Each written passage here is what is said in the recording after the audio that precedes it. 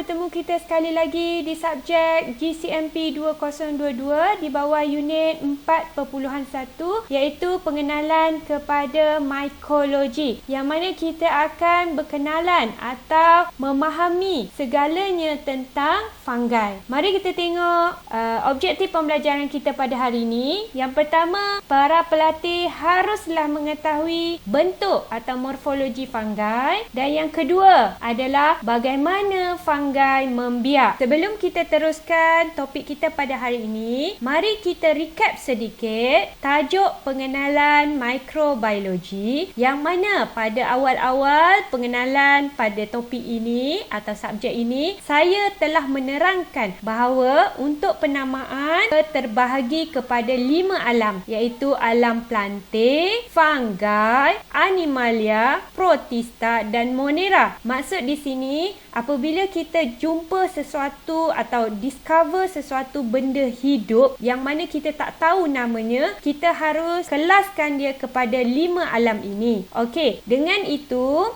saya ingin memberitahu kita telah belajar satu daripadanya, iaitu alam monera. Kita dah belajar berkaitan dengan bakteria. Kemudian pada hari ini kita akan belajar berkaitan dengan fungi, iaitu terletak di bawah alam fungi. Okey, pada hari ini topiknya, okey, plantae kita tidak akan mempelajari, okey, kerana kita tidak ada di dalam silibus yang berkaitan dengan tumbuh-tumbuhan. Yang keempat, iaitu animalia dan juga protista, yang mana animalia kita akan belajar berkaitan dengan helmin atau cacing. Protista kita akan belajar berkaitan dengan protozoa. Kedua-dua ini kita akan jumpa di unit 5.0. Jadi tumpukan perhatian bahawa kita telah belajar bakteria. Okey, sekarang ini kita berada di track fungi, okey, dan kita akan masuk kemudiannya di alam animalia dan juga protista pada unit 5. Okey, mari kita tengok pengenalan dahulu kepada fungi. Okey, biasa tak kamu lihat gambar-gambar ini?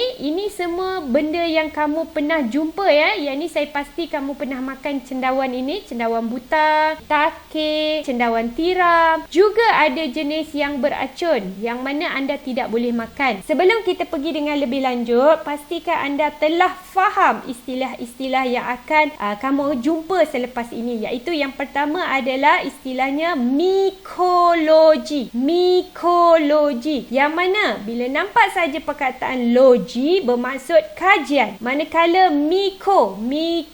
Miko ini bermaksud fungi. Senang cerita, kajian tentang fungi. Tapi bila kamu ditanya di dalam SEQ, sila tulis definisi bagi mikologi. Apa yang lebih tepat adalah kajian tentang fungi. Boleh, saya akan terima. Tetapi lagi cantik kalau kamu tambah kajian tentang fungi dan penyakit yang disebabkan olehnya, ataupun kajian tentang fungi dan penyakit disebabkan fungi. Mari kita tengok yang seterusnya. Definisinya adalah mikosis. Kalau sebut mikologi, kajian tentang kulat atau kajian tentang fungi dan penyakit yang disebabkannya. Manakala mikosis, okey, ada sis dekat belakang ini.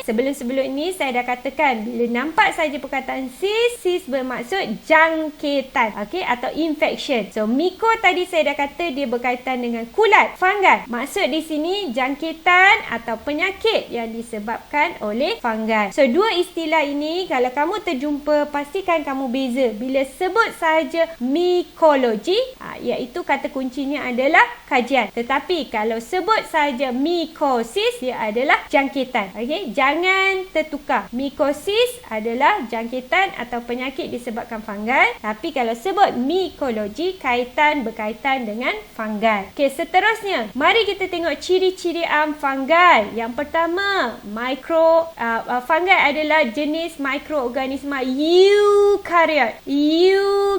Berbeza dengan bakteria, berbeza dengan alam monera, iaitu yang mengkaji tentang bakteria. Bakteria adalah jenis prokariot. Kerana apa? prokariot sebab bakteria ini ada nukleus tetapi tidak jelas. Kerana apa tidak jelas? Tidak mempunyai membran nukleus. Tetapi fungi berbeza dengan bakteria kerana fungi ini adalah jenis eukariot. Maksudnya mempunyai nukleus yang jelas. Okey, kedua, fungi tidak mempunyai klorofil. Apa beza fungi dengan alga? Selalu orang cakap, apa beza fungi? Nampak macam sama kan? Fungi dengan alga. Bezanya, fungi dia tidak mempunyai klorofil, tidak ada berwarna hijau. Nampak sini cendawan. Okey, walaupun dia tumbuh sangat mudah, okey, tetapi dia adalah jenis ataupun tidak mempunyai klorofil, sebab itu tidak ada warna hijau. Berbeza dengan alga. Alga adalah jenis tumbuh-tumbuhan yang mempunyai klorofil. Okey, itu perbezaan Okey, ketiga, boleh tumbuh pada kelembapan yang rendah. Fungi ini sangat suka tumbuh hidup pada kawasan kelembapan yang tinggi. Sebab itu saya rasa kebanyakan pelatih akan tertukar apa beza fungi dan juga alga. Yang pertama, alga berwarna hijau, fungi tiada warna kerana tidak mempunyai klorofil. Tetapi kedua-duanya sukakan kelembapan yang sangat tinggi. Okey, seterusnya, fungi kebanyakannya adalah bersifat aerob obligat. Aerob obligat. Apa maksud? Ini ada persamaan sedikit dengan istilah yang digunakan di dalam bakteria. Yang mana aerob obligat, aerob bermaksud oksigen, obligat wajib. Maksud di sini kebanyakan fungi perlukan oksigen untuk hidup. Okey, kebanyakan kebanyakan. So dalam exam nanti akan ditanya jenis aerob obligat fungi. Ya, betul. Kebanyakan fungi adalah jenis aerob obligat. Maksudnya mesti ada oksigen baru fungi itu akan tumbuh dan membiak. Okey, yang kelima iaitu kebanyakan fungi juga adalah gram positif. Kebanyakannya Tetapi yang ini kita tak membezakan dia secara gram positif negatif. Kalau istilah gram positif negatif ini lebih banyak digunakan kepada golongan bakteria. Okey, so perkara-perkara ini yang biasa akan ditanya sifat-sifat atau ciri am bagi fungi. Eukariot, tidak ada klorofil, sangat sukakan kelembapan. Jenis kebanyakannya adalah aerob obligat dan juga gram positif. Okey, mari kita tengok klasifikasi fungi. Okey, fungi terbahagi kepada beberapa, iaitu yang pertama kalau kita sebut penamaan, dia bermula dengan Aphycophage lah. Alam, filem, kelas, order, family, genus, species. Kelas, order, F-A, family, G, genus, S, species. Okey, dia duduk di bawah alam fungi. Manakala bila turun saja untuk bagi penamaan, semakin turun. Okey, di bawah filem terbahagi kepada 3, iaitu Zygomycota, Ascomycota dan Basidiomycota. Okey, dan akhir sekali bila turun. Okey, fungi ini terbahagi kepada 3, iaitu yang pertama kulat atau mold. Bahasa Inggeris dia mold. Manakala yeast, yeast lah. Kemudian yang ketiga klasifikasinya adalah cendawan atau mushroom. Yang ini kamu tidak terlalu menitik beratkan daripada segi nama Jadi sebab itu saya tidak bagi tahu secara detail pembahagian penamaan dia. Cukuplah kamu tahu setakat ini klasifikasi fungi. Bila sebut saja fungi, bila sebut saja belajar tentang mikologi, terbahagi kepada 3. Fungi ada 3. Kulat, yeast, cendawan. Kulat, yeast, cendawan. Sebab apa? Bila sebut saja fungi, orang akan selalu sebut kulat sahaja. Sedangkan yeast juga adalah jenis fungi. Sedangkan cendawan yang kamu makan sup cendawan tiram yang kamu goreng itu juga adalah jenis fungi. Okey, mari kita tengok rupa bentuk kulat. Yang berada di bawah atau yang tumbuh di roti. Okey, kalau kamu nampak di sini dia nampak macam warna hijau. Okey, tetapi kulat atau fungi tidak mempunyai klorofil. Kalau kita zoom in, dia tidaklah berwarna hijau kerana dia tidak menghasilkan atau tidak mempunyai klorofil. Okey, ini adalah kulat jenis yang pertama. Yang kedua, yeast. Okey, yeast yang kamu guna untuk buat donat. Yeast ini dia akan mengembangkan donat tersebut. Okey, ini rupa bentuknya. Biasanya dia boleh dalam bentuk pepejal ataupun dalam bentuk serbuk. Kemudian yang terakhir bentuknya adalah cendawan. Yang ini yang biasa kamu lihatlah. Okey, tapi cendawan juga ada jenis yang boleh dimakan dan jenis yang tidak boleh dimakan. Okey, setakat ini pastikan bila sebut saja klasifikasi fungi, kamu ingat terdiri daripada 3 jenis, iaitu kulat, yeast, cendawan. Kulat, yeast, cendawan. Okey, so mari kita pergi satu persatu. Kulat, okey, atau dikenali sebagai mold. Okey, yang ini ada perbezaan di antara ejaan lah. Ada ejaan Amerika dengan British. Mold ada jenis yang tulis MOLD, ada juga tulis MOULD. Okey, tidak ada masalah. Janji kamu tahu perkataan mold itu bermaksud kulat. Okey, so mari kita tengok ciri yang membezakan antara ketiga-tiga mereka. Yang pertama, bila sebut saja kulat, dianya berfilamen.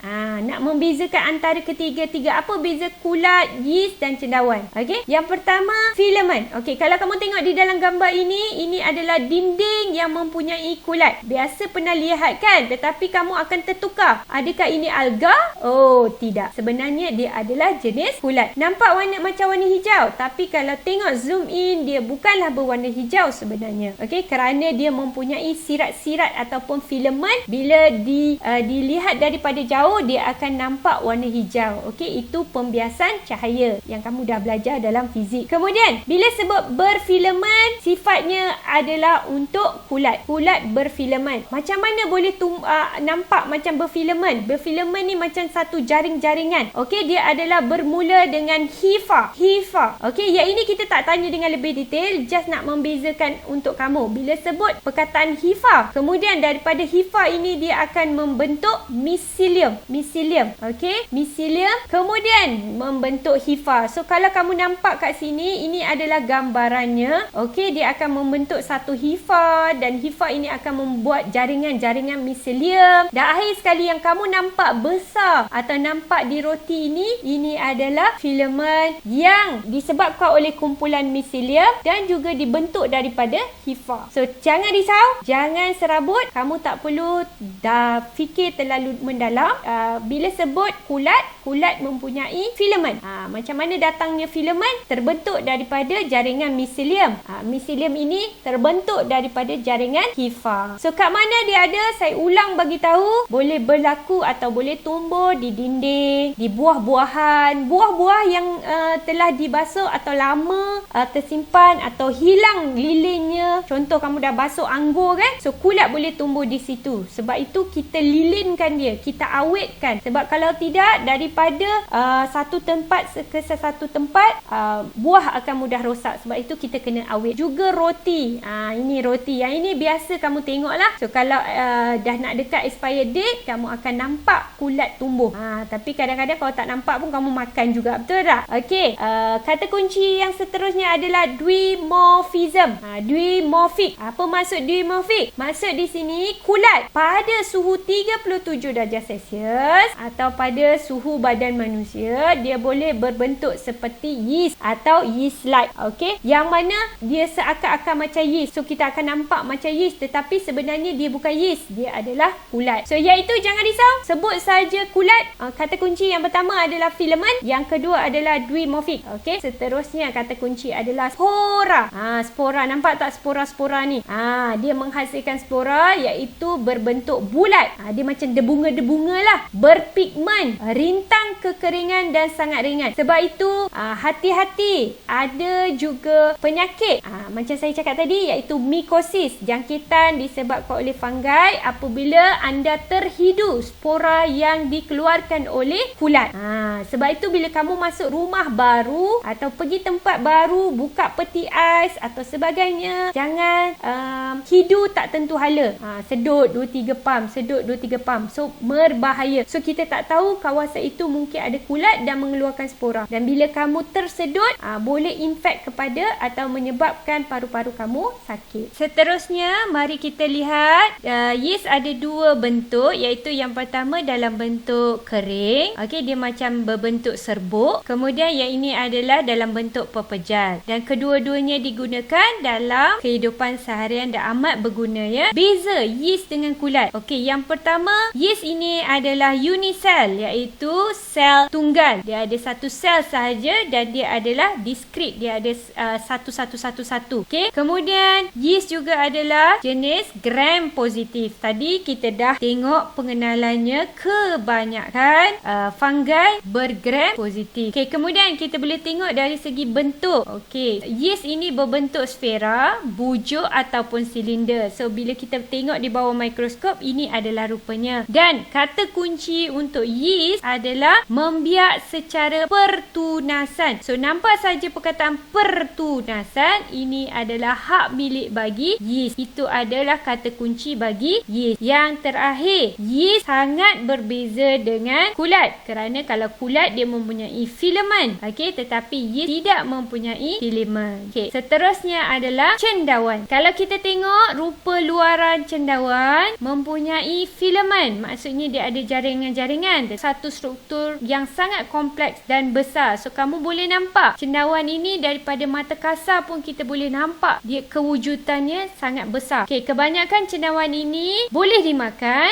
dan tidak boleh dimakan, iaitu beracun. So kena hati-hati apabila memilih cendawan. Seterusnya, objektif pembelajaran yang kedua adalah cara pembiakan fungi. Ada dua cara, iaitu secara seksual dan asexual. Melalui seksual ada dua kaedah, iaitu homotelik, dan yang kedua adalah heterotelik mycelia atau mycelium, iaitu gabungan di antara mycelium yang wujud dalam fungi. Di bawah kaedah asexual, pertama adalah pembentukan spora, yang kedua adalah fragmentation, yang ketiga adalah belahan dedua atau binary fission, dan yang keempat adalah pertunasan. So untuk kaedah pembiakan fungi, cukuplah anda tahu namanya sahaja. Anda tak perlu tahu secara mendalam. Dengan itu, berakhirlah sudah kelas kita pada hari ini. Saya mengharapkan para pelatih dapat menguasai objektif pembelajaran, iaitu yang pertama, 3 klasifikasi fungi, iaitu ada kulat, yeast dan juga cendawan. Dan yang kedua, cara pembiakan fungi ada dua, iaitu asexual dan sexual. Pastikan anda tahu kaedah yang ada di bawah sexual dan juga asexual. Okey, sekiranya ada terdapat sebarang pertanyaan, pelatih boleh PM saya di Telegram. Jumpa di kelas yang akan datang. Bye.